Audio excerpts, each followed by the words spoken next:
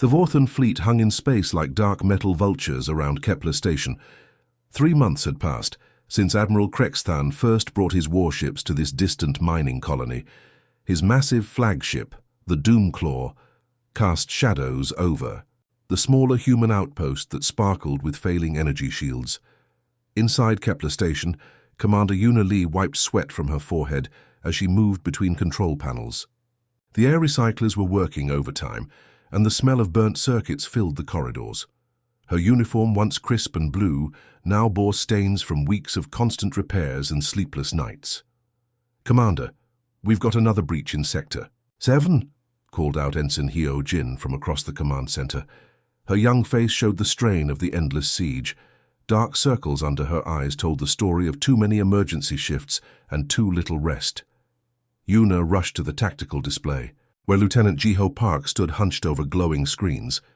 Red warning lights flashed across the station's outline, showing weak points in their defenses like cracks in a dam. "Sir, their shield generators are at 12%, Jiho reported, his voice steady despite the dire news. He had been her rock through this whole nightmare, never once showing fear even when Vorthan plasma bolts lit up space around them. Through the observation deck windows, Una could see the enemy ships. Massive grey vessels shaped like hunting beasts, with glowing red engines that pulsed like angry hearts. Smaller fighter craft buzzed between them like metallic insects, always watching, always waiting. The Vortans were patient hunters. They didn't rush into battle like wild animals. Instead, they slowly squeezed their prey until all hope was gone. Every day they moved a little closer. Every night they fired just enough shots to keep the humans awake and afraid. Chief Engineer Day Wook Kim crawled out from under a smoking console, his hands black with grease and his face grim. "Commander, I can give you maybe 6 more hours with the main generator. After that—" He shrugged, not needing to finish the sentence. Una nodded. 6 hours. That's all they had left before the lights went out forever. The station's population had shrunk from 5,000 to barely 800. Evacuation ships had taken the lucky ones away months ago, but the Vorthans had eventually blocked all escape routes. Now only the defenders remained, along with a few stubborn miners who refused to abandon their home. Old man Tae Jun sat in the corner of the command center, his weathered hands holding a cup of synthetic coffee that had gone cold hours ago. He had lived on Kepler Station for 20 years, watching it grow from a tiny outpost to a thriving community.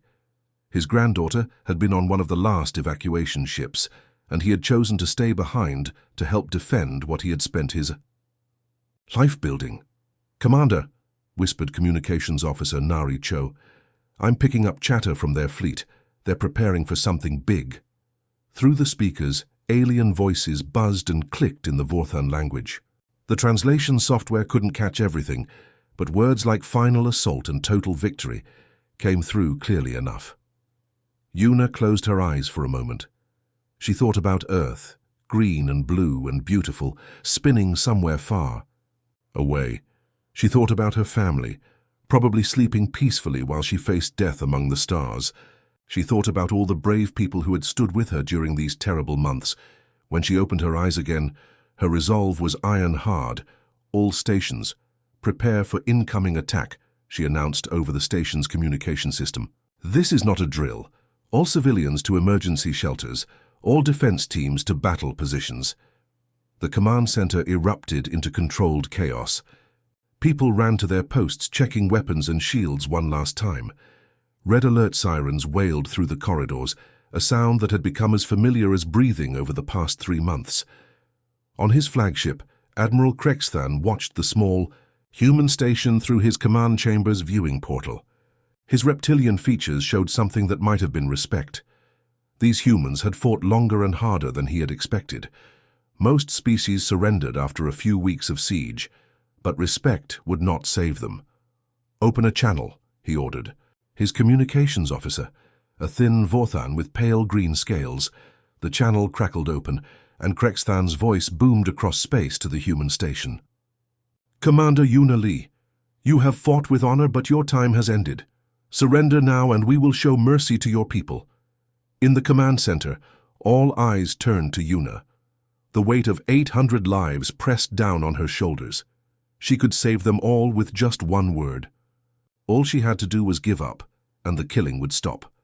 But Una Lee had not come this far to quit now. She picked up the communicator, her voice clear and strong as starlight.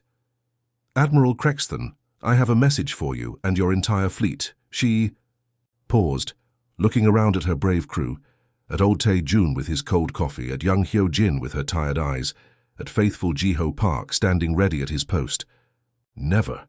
The Vorthon assault ships moved into attack formation like a pack of metal wolves closing in for the kill. Admiral Crexton watched from his command throne as dozens of his warships aligned their plasma cannons toward the dying human station. After 3 months of patient hunting, the moment of victory had finally arrived. "All units prepare for final bombardment," Crexton commanded through his fleet communications. His voice carried the satisfaction of a predator about to feast. "Target their remaining shield generators first, then their life support systems, the P." Massive Vorton dreadnoughts powered up their main weapons. Energy readings spiked across their hulls as killing power built up in their cannon arrays. Red targeting lasers painted Kepler Station like bloody fingers pointing at doom. Inside the station, Commander Una Lee gripped the edge of her control panel as proximity alarms screamed throughout the command center. Through the viewport, she could see the enemy ships growing larger, their weapons glowing with deadly promise. "Incoming energy surge detected," Lieutenant Ji-ho Park reported, his voice tight with controlled fear. "All ships are charging weapons. Estimated time to firing range, 2 minutes." Una closed her eyes briefly. This was it. After months of struggle, after all the brave sacrifices, it would end in the next few minutes. At least they had fought with honor. At least they had never given up. Then something impossible happened. Space itself began to shimmer near the station's outer perimeter, like heat waves rising from summer pavement. The stars seemed to bend and twist in ways that hurt to look at. Reality folded in on itself with a sound like thunder mixed with breaking glass. "What in the void is that?" gasped Communications Officer Nari Cho, pointing at her sensor readings. The displays showed energy patterns that made no sense, readings that broke every rule of known physics. The shimmer grew brighter, more violent. Space-time itself seemed to be tearing apart like fabric under too much strain. Then, in a burst of brilliant white light that temporarily blinded every sensor in the system, something massive pushed through the hole in reality. A warship emerged from nothingness. It was huge, easily twice the size of any Vorthon dreadnought, but it moved with the grace of a hunting shark. Its hull was deep black with blue highlights. That pulsed like a heartbeat. Strange markings covered its surface and energy fields danced around its weapons like captured lightning. The letters TCS Thunder gleamed along its side in bold white script. "Impossible," whispered Engineer Day. Wook Kim, his grease-stained face pale with shock. How did they get here so fast? The nearest human fleet was months away. On the Vorthon flagship, chaos erupted across the bridge. Officers scrambled at their stations, trying to understand what they had just witnessed. Admiral Crexton stood, frozen, his reptilian features twisted with confusion and growing alarm. "What in the void?" he started, staring at his tactical screens. "How did they cross 47 light-years so quickly? Our scouts reported no human ships within range." His sensor officer, a nervous Vorthon with twitching tail spines, studied his readings with trembling claws. "Admiral, I'm detecting unknown energy signatures from that vessel. Whatever technology they're using, it's not in our databases." The Thunder hung in space like a dark angel of vengeance, its weapons powering up with an ominous blue glow. It dwarfed the Vorthon ships around it, making even their massive dreadnoughts look like toys by comparison. Then a voice crackled across all communication frequencies in the system. It was calm, steady, and absolutely confident. "This is Captain Minho Kang of the Terran vessel Thunder. All Vorthon forces are ordered to withdraw from this system immediately. You have 30 seconds to comply." Admiral Crexton's jaw dropped open, revealing rows of sharp yellow teeth. The audacity of it stunned him. One ship, even a large one, against his entire fleet. He commanded over 50 warships, including 5 massive dreadnoughts and countless fighters. He activated his communications array, his voice booming with arrogant laughter. One ship against my entire fleet. Captain, your bravery is admirable. But your mathematics are terrible. Impossible odds. The response came back instantly, still in that same maddeningly calm tone. 29 seconds. Inside Kepler Station, the human defenders stared at their screens in amazement. Hope, which had died slowly over 3 months of siege, suddenly blazed back to life like a star being born. "Sir," Jiho Park called out, his voice cracking with emotion, "I'm reading massive power signatures from that ship, whatever weapons they're carrying. They're like nothing in our standard databases." Yuna Lee felt tears running down her cheeks, but she didn't care. Somehow impossibly help had arrived. "Can you identify the ship's registry?" "Yes, Commander," Nari Cho replied, her fingers dancing over her console. "It's listed as TCS Thunder, experimental class, but according to military records, this ship shouldn't exist." Through the viewport, they watched as the Thunder's weapon systems came fully online. Blue energy crackled along its hull like controlled lightning, and space itself seemed to bend around its presence. 28 seconds, Captain Kang's voice announced across the system. The countdown had begun. The Thunder moved through space in ways that shattered everything the Vorthans thought they knew about physics. One moment it hung motionless near Kepler Station. The next instant, it appeared directly behind Admiral Crexton's flagship, close enough that the Vorthan crew could see the intricate details of its hull plating. "Impossible!" Crexton roared, his scaled hands gripping his command throne. "No ship can move like that. Where are their engine trails? Where is the acceleration burn?" His tactical officer, a young Vorthan named Hexmall, stared at his readings with growing terror. "Admiral, there are no engine signatures, no heat trails, no gravitational disturbance. It's like they're just stepping through space itself." Aboard the Thunder, Captain Minho Kang stood calmly on his bridge while chaos erupted around him. The ship's interior was a marvel of human engineering, with holographic displays floating in the air and crew members working at stations that seemed to respond to thought as much as touch. "Weapons Officer Hana Cho, you are cleared to engage," Captain Kang ordered, his voice steady as mountain stone. Hana Cho sat at her weapons console, her fingers dancing across controls that glowed with soft blue light. She was young for such a critical position, barely 25, but her eyes held the focus of a master archer. "Target acquired, Captain. Firing solution locked." The Thunder's main guns didn't look like traditional weapons. Instead of massive, cannons, sleek energy projectors emerged from the ship's hull like the spines of some deep-sea creature. They didn't fire explosive shells or plasma bolts. Instead, they shot beams of pure energy that seemed to bend space around them. The first shot struck a Vorthan destroyer directly through its shields. The energy beam didn't break through the protective barrier. It simply appeared on the other side, as if the shields weren't even there.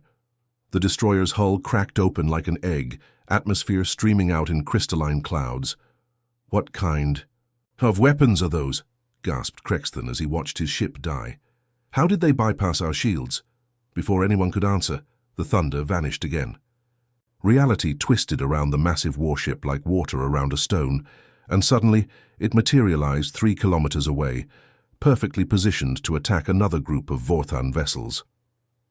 Inside the Thunder's engineering section, Chief Engineer Woo Kim worked frantically at his console. Sweat beaded on his forehead as he monitored readings that would have been science fiction just months ago. The spacefold drive was humanity's greatest breakthrough, but it was still experimental technology. Spacefold drive holding steady. "Captain," he reported through the ship's communication system, "core temperature within acceptable limits. We can maintain short-range jumps for another hour before we need to cool down." "Understood, Engineer Kim," Captain Kang replied. "Continue monitoring. If we push too hard, we could tear a hole in space itself." The Thunder disappeared again, this time appearing directly between 2 Vorthan cruisers. Weapons Officer Hana Cho fired in both directions simultaneously, her shots threading through the gap with mathematical precision. Both enemy ships erupted in silent fireballs that painted space with orange and red. "How are they doing this?" Crexton demanded, his voice rising to a shriek. 3 of his destroyers had already been destroyed, and his fleet hadn't even managed to scratch the human ship's hull. "This violates every law of physics." His science officer, an elderly Vorthan with pale blue scales, studied his instruments with shaking claws. "Admiral, I'm detecting spatial distortions around their ship. They're not moving through space, they're folding space around them. It's like they're making the universe smaller, then stepping across the fold." The Vorthans tried desperately to target the Thunder, but it was like trying to catch smoke with bare hands. Their targeting computers would lock onto the ship, calculate firing solutions and launch missiles, only to find empty space where their target used to be. The Thunder would reappear somewhere completely different, often behind the ships that had just fired at it. "All ships concentrate fire," Krexthan ordered. "If we can't predict where it's going, we'll fill space with so much firepower that it won't matter." The Vorthan fleet opened up with everything they had: plasma cannons, particle beams and missile launchers all fired at once, creating a deadly web of energy across the battlefield. Space lit up like a deadly fireworks show, with enough destructive power to crack a moon. But the Thunder danced between the attacks like a ghost in the machine. It folded space around itself, stepping through dimensions that existed between heartbeats. Sometimes it appeared so close to enemy ships that their crews could see individual humans working at their stations through the viewports. Navigation Officer Day Shin called out coordinates from his station, his young face bright with excitement. "Captain, I'm detecting weak points in their formation. If we can appear at these coordinates, we can take out their command ships." "Do it," Captain Kang ordered. The Thunder vanished one more time, reality bending around it like heated metal. When it reappeared, it was directly above Krexthan's flagship, close enough that the shadow of the human ship fell across the Vorthan bridge. For a moment, both ships hung there in space, predator and prey face to face. Then Hana Cho smiled and pressed her firing button. "Time to end this," she whispered. The space around Earth had become a graveyard of twisted metal and shattered dreams. Zolonian warships, once proud symbols of galactic dominance, now drifted as broken hulks among the stars. The aliens who had come to conquer humanity were learning a harsh truth. They had severely underestimated their prey. General Jin Park stood on the bridge of the flagship Unified Dawn, watching as another wave of enemy vessels fell under coordinated human fire. His weathered face showed no emotion as explosions bloomed like deadly flowers across the void. Behind him, Major Yun Yu tracked the enemy movements with surgical precision. "The Zolonians are trying to break through our outer perimeter," she reported, her fingers dancing across holographic displays. 3 battle cruisers heading for Jupiter's moons." "Not today," Park replied calmly. "Signal the Ghost Fleet. Time to show our visitors what real humans can do." Deep in the asteroid belt, ships that had been hiding for months suddenly powered up their engines. These weren't the crude vessels the Zolonians expected from a primitive species. Instead, sleek predators emerged from their rocky camouflage, their hulls gleaming with advanced armor that bent light around them. Captain Hajun piloted the stealth destroyer Silent Thunder as it closed in on an unsuspecting Zolonian carrier. His crew worked in perfect harmony, each member knowing exactly what needed to be done without a single wasted word. They had trained for this moment their entire lives. "Weapons locked," whispered his gunner, Lieutenant Chen Dao. "Multiple targets," painted. That was putting it mildly. The Vexhai were dancing in the streets, their chittering voices raised in songs of freedom they hadn't dared sing in generations. Human medics worked alongside alien doctors to treat the wounded, while engineers began dismantling the weapons factories that had turned this world into a nightmare. Back in the Sol system, Commander Yu Chen watched the last Zolonian ship lower its weapons in surrender. The massive dreadnought had been the Empire's pride, but now it hung in space like a broken toy. Her own ship, the Stellar Dawn, moved alongside it with the grace of a predator that had already made its kill. "Control, this is Strike Leader." "Yu Chen," she reported, unable to keep the satisfaction from her voice. "Sol system is secure. Beginning liberation operations in the Centauri sector. All enemy vessels are either destroyed or captured. 0 human casualties." The bridge crew cheered, but Yu Chen's mind was already on the next phase. Across the galaxy, other human fleets were emerging from hiding places that had been prepared. For decades, the Zolonian Empire had controlled over 100 worlds, but humanity had been planning for this moment since the first alien scout had been spotted near Jupiter. The galaxy would never be the same. The age of fear was over, and the age of hope had begun.